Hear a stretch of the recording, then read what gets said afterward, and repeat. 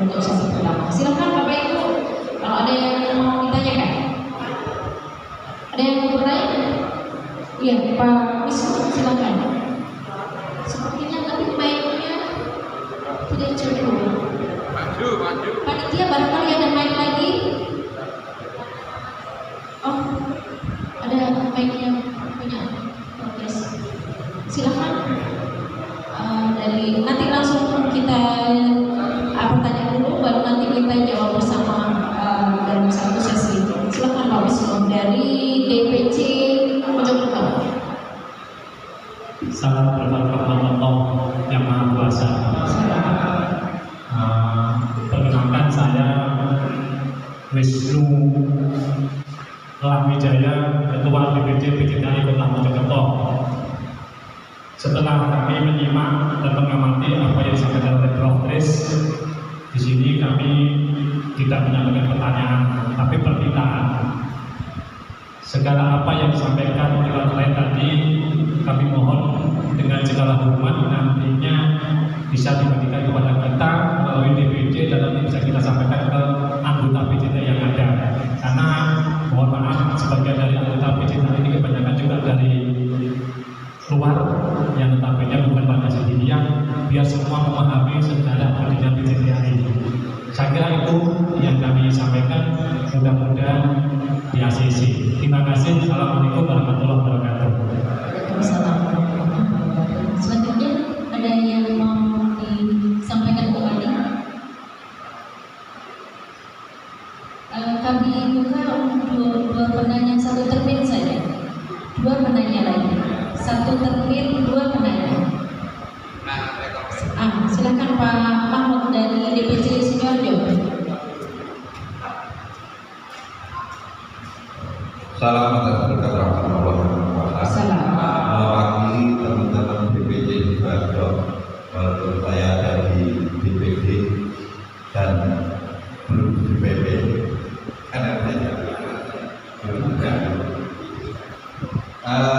satu hal yang menjadi kendala kami, yaitu kayaknya PJTI itu masih diperlakukan oleh teman-teman di pemerintahan yang tidak tersusun, karena kebetulan yang kita ajak bersama-sama itu selain dari warga lintas agama juga lebih dominan dari pengurus atau warga Indonesia. Nah, ini satu hal yang merupakan tantangan, bahwa menganggap ada di satu daerah tertentu itu bahwa PJTI itu jadi saingannya organisasi yang tidak ada. Jadi ini yang perlu menjadi sebuah tantangan lagi, yang tentunya kami mohon petunjuk dari saya sampai pernah tuan Kongres Jorosa juga rumah itu ini saya tidak dapat petunjuk, mungkin itu bisa sampaikan ke teman-teman yang lain. Terbukti dengan semangatnya Pak Anas tadi mewakili Pak Iman selaku Ketua DPP, rasanya sirayang berkampleng. Karena apa? Kepesertaan pelatihan dasar organisasi pada hari ini sangat minim. Kami sudah mengopiak teman-teman di Mojokerto Kabupaten yang kebetulan hari ini tidak ada yang hadir sama sekali, dan juga dari teman-teman Madura, Sampang maupun Bangkalan. Apa? Kabupaten Mojokerto ada ya? Oh, Kabupaten Pak. Sorry, karena itu tadi kan ada di absen, ini ada 3 tadi, bisa tadi. Jadi berarti Gresik itu jadwalnya double Pak. Ada yang gabung dengan kita hari ini, ini ada Mas Diki, ada yang teman-teman sebagian besar itu ikut Bojonegoro. Nanti sampai jadwal yang kelompok Bojonegoro. Tapi kami terus terang selaku di bawah kendali Pak Edi Wahono, Ketua Bidang Organisasi Pemuda dan Anak Wanita, ini berupaya maksimal mungkin untuk menghadirkan teman-teman di zona 6 ini, tetapi kita lebih memperkuatkan. Ini solusi mempecetakan, memperfederasi tanah air Indonesia kan teman-teman di lingkungan warga Sidikiyah. Tapi tadi ada kata-kata Sidikiyah, tidak Pak, ini justru kebalik. Kita perlu mempecetakan teman-teman di Sidikiyah, gitu. Jadi ada kekurangan sadaran ketika padahal beliau pernah tahu bahwa kebenaran ini gak apa-apa Sidikiyah, tapi hari ini berani muncul ke depan di organisasi eksternal, di organisasi keluar, pajak keluar di PCTA itu terkait di lingkungan Orsid dan organisasi di lingkungan Sidikiyah itu seperti ya tapi berani untuk tampil keluar, yaitu menampakkan wajah keluar.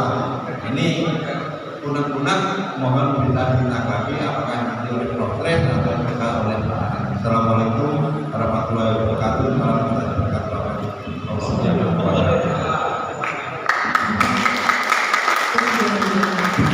Satu lagi, kalau nanti ada yang silakan dari DPC Bang Falang. Apa jawabannya?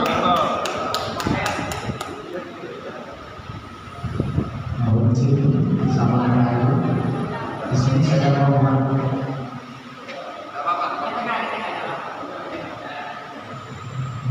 terima kasih.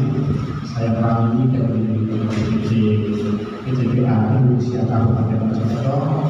Memang kita masih dalam proses untuk menuju ke arah kesempurnaan organisasi nasional PCPA Indonesia ini membahana dan nanti akan dicari oleh seluruh warga negara Indonesia.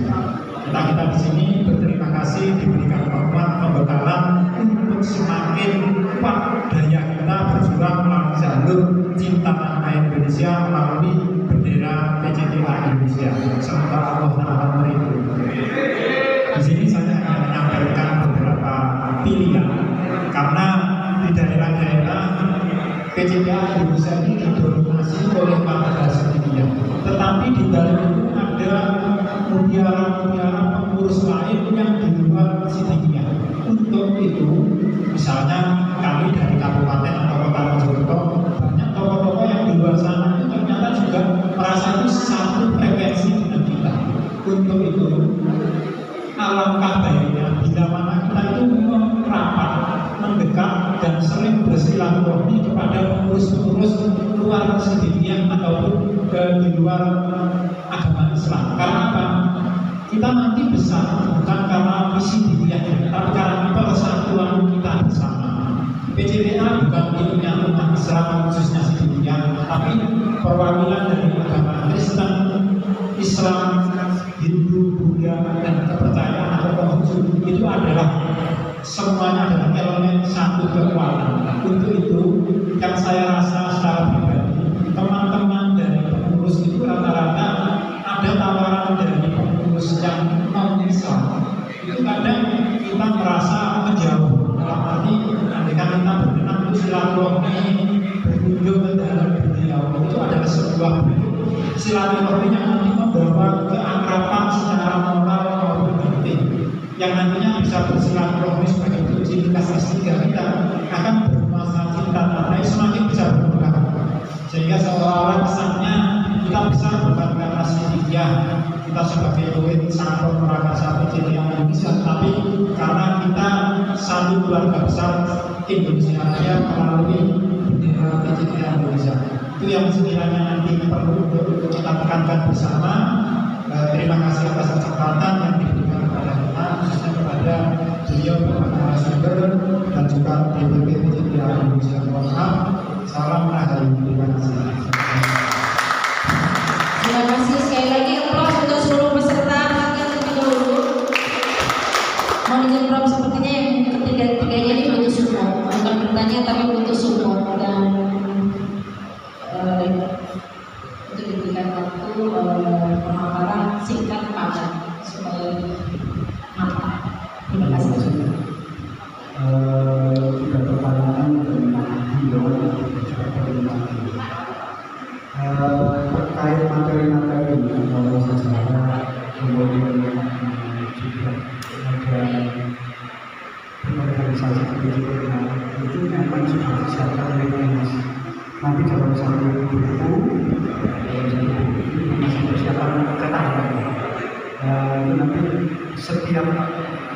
DPC, setiap DPD wajib memiliki buku.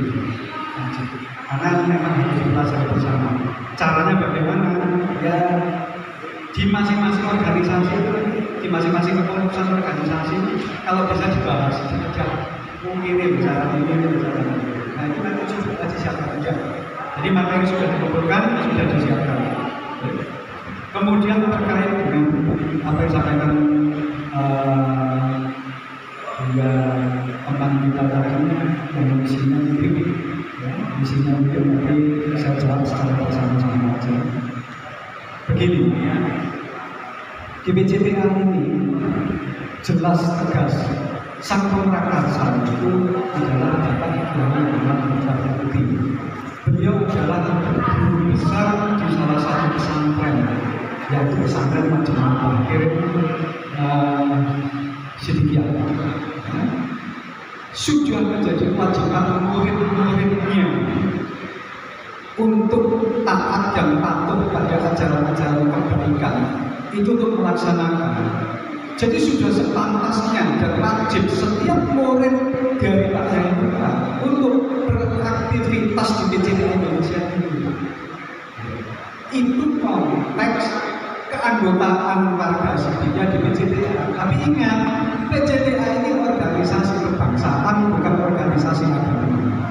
Di sini ada warga lain latar belakangnya berbeda dari sisi agama, berbeda dari sisi kesukuan, berbeda budaya, berbeda. Sehingga seandainya ada warga Sidikiyah kemudian beraktivitas di PCDA, saya mengingatkan bodoh-bodoh murid Pak Yai, saya mengingatkan jangan menganggap bahwa ini punya Sidikiyah. Memang sang pemrakarsa adalah guru besar kita, sehingga berilah saudara-saudara kita ini ruang kenyamanan yang sama seperti kita semua. Ojo kalau aku Sidikiyah, ampun dan salah. Saya sebagai warga Sidikiyah mengatakan itu salah, tidak boleh. Sehingga maaf ini Pak Beni, di Sidikiyah sendiri ketika beraktivitas di PCDA kita menghilangkan sebutan mursyid, kita hilangkan, kita menyebutnya sang pemrakarsa. Ketika kita menyebut Pak Dim misalkan di lingkungan Sidikiyah, kita menyebutnya beliau adalah komifanya Pak Yai, komifah Sidikiyah. Tapi di PCDA Dewan Pertimbangan panas misalkan di Sidikiyah Wali Talqin, di sini bukan ketua DPP yang membidangi organisasi. Sebutan-sebutan itu di internal Sidikiyah kita sampaikan supaya saudara-saudara kita itu punya ruang kenyamanan yang sama. Nah, bagaimana beraktivitas di sini? Ayo, monggo. Dan bagaimana dengan warga yang lain, yang dari luar Sidikiyah, yang dari kelompok lain, dari latar belakang lain? Mari kita ajak mereka, tunjukkan bahwa ini adalah satu wadah organisasi kebangsaan yang latar belakangnya sama, yaitu ingin cinta dan melestarikan Indonesia ini. Gitu. Monggo aja. Saya sangat setuju kalau kita ini tidak eksklusif, justru kita ini membuka diri, mengajak teman-teman yang lain. Kita juga datang di acara mereka. Ini salah satu contoh, ya, salah satu cara yang digunakan oleh DPC Kota Malang. DPC Kota Malang itu karena latar belakangnya budaya, dia masuk ke jaringan budaya-budaya ini masuk. Tanya ke saya, Pak Kris, boleh nggak saya masuk ke teman-teman budaya-budaya itu? Silakan, dengan catatan ingat bahwa PCDA organisasi kebangsaan, bukan organisasi budaya. Saya mengingatkan cuma itu aja. Siap, ya wes, masuk. Apa yang terjadi? Budaya-budaya kamu berjalan di sana Kota Malang saja ternyata puluhan. Anggotanya cukup banyak. Konsepnya adalah mengajak pimpinannya untuk membawa jajaran dan anggota-anggotanya masuk PCDA. Kemudian saya kritik, saya motivasi tambahan, ajak dan datangi pemuka-pemuka agama, masukkan sebagai dewan pertimbangan. Syukur-syukur pemuka agama itu membawa umatnya untuk beraktivitas di PJTA ini. Bawa umatnya, alhamdulillah berkat rahmat Allah yang Maha Kuasa. Suatu ketika kami diundang di daerah Saji masuk Pagelaran, nama jasanya Pagelaran. Di sana itu ada pura paling lama di Malang, Pura Ekapaksi, Desa Pagelaran. Di sana ada sekitar 135 kepala keluarga dengan jumlah jiwa, cacat jiwanya ada sekitar 1.500 jiwa umat ini. Sudah masuk PJTA, aktivitasnya sudah ikut PJTA. Itu salah satu bentuk dari kelompok budaya diajak, dari kelompok agama diajak, mohon membawa umat. Apa yang dilakukan? Kemudian saya juga diundang ke salah satu gereja Katolik, sehingga waktu itu izinnya dari Katolik. Kami diundang. Jadi setelah misa selesai, kami diberi kesempatan sekitar 1/4 setengah jam untuk menyampaikan. Tapi ternyata kami sudah siap berangkat, masih ada kendala kegiatan mereka. Artinya cara-cara itu dilaksanakan oleh teman-teman untuk mengajak, menyiarkan cinta tanah air. Ini organisasi cinta tanah air. Ini bukan organisasi agama.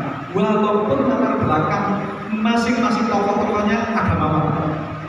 Ini bukan organisasi budaya. Walaupun latar belakang tokoh-tokohnya budayawan. Monggo silakan. Tanggal 31 Oktober ini layak untuk kita contoh, kita apresiasi.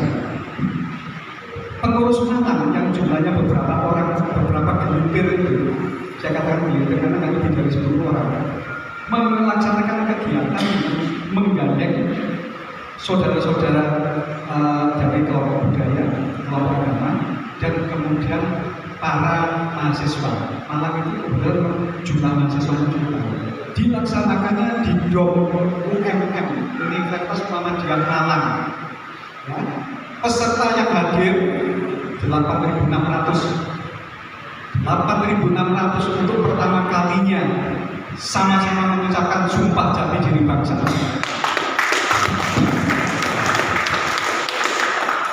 Layak diapresiasi, layak kita ikuti jejak itu. Datang lagi ke saya. Ya saya cuma beberapa orang yang saja, Pak. Terus saya sampaikan di forum-forum nanti supaya dipilih yang lain. Kemudian saya masuknya lewat budayawan itu. Ya, tapi ingat ini organisasi kebangsaan. Iya Pak, siap. Bisa mengingatkan aja di sini. Arena itu. Ya. Itulah kenapa yang ada di Mojokerto, di Surabaya, di Madura. Silakan monggo undang mereka. Jangan sampai kemudian maaf ya, a priori ketika itu bukan kelompok kita, tidak bisa. Dasarnya sudah jelas ya. Yang kedua itu Bhinneka Tunggal Ika. Dasarnya juga sudah jelas sampai yang muncul organisasi ini adalah yang dibahas itu kitab Sutasoma. Dan di kitab Sutasoma itu Bhinneka Tunggal Ika. Dan Bhinneka Tunggal Ika kita yang ada di Indonesia berbeda dengan Epluribus Unum yang ada di lambangnya Amerika. Epluribus Unum memang artinya berbeda-beda tetapi tepat satu, bahasa Yunani. Bhinneka Tunggal Ika berbeda-beda tetapi tepat satu, sama, tapi jangan disamakan. Kenapa? Kalimat aslinya adalah Bhinneka Tunggal Ika Tandhana Dharma Makra. Berbeda-beda tetap satu dengan dharma yang satu. Tidak ada selingkuh dengan yang lain. Tandhana Dharma Makra, makra selingkuh. Kata kita, tidak ada yang kedua. Tandhana Dharma Makra. Siap ya? Enak ya, siap. Monggo.